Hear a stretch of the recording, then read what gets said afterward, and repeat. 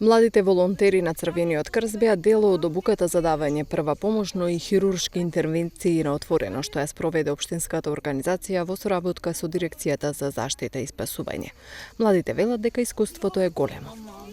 Па, на мене ми е искрено прв пат, јас сум нов волонтер и мислам дека секој граѓанин треба да знае прва помош, бидејќи во секој случај може да помогне и да спаси живот на некој. Јас сум волонтер во Црвен крст и овде сум на обука за да пружам помош.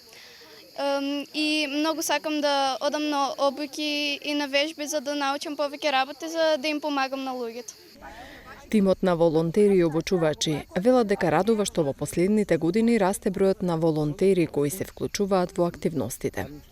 Па, јас сум многу задоволен од денешната активност, бидејќи еве имаме околу 30 млади од клубот на млади на Црвен крст Струмица, кои што денеска дојдоа овде во градскиот парк да научиме заедно прва помош, заедно со нашите стручни соработници, како и Дирекцијата за заштита и спасување, на кои сме и многу благодарни за соработката како е досега, така и понатаму.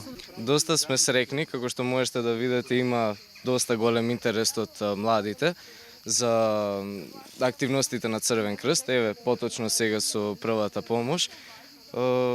Јас би рекол дека доколку опремата е понова, доколку имаме повеќе можности, дека и заинтересираноста би била поголема кај младите. Од Дирекцијата за заштита и спасување ја презентирале најновата опрема која, како што велат, е реткост во државата, а е донација од американска организација.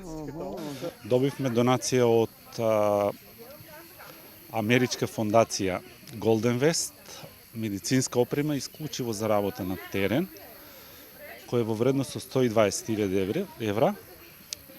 Вие ја видовте, таа опрема е пакувана во фери како што и треба да биде за терен. Значи имаме од индивидуални комплети за лична прва помош до комплети за траума, тоест хируршки зафати на лице место, бидејќи во работа со експлозиви може да дојде до тешки телесни повреди, да не може да се транспортира лицето, се врши, не дај Боже, интервенцијата се врши на лице место, бидејќи во нашата работа, при работа на терен, обавезно мора да имаме санитетско возило и лекар. Таа е опрема што ни е потребна.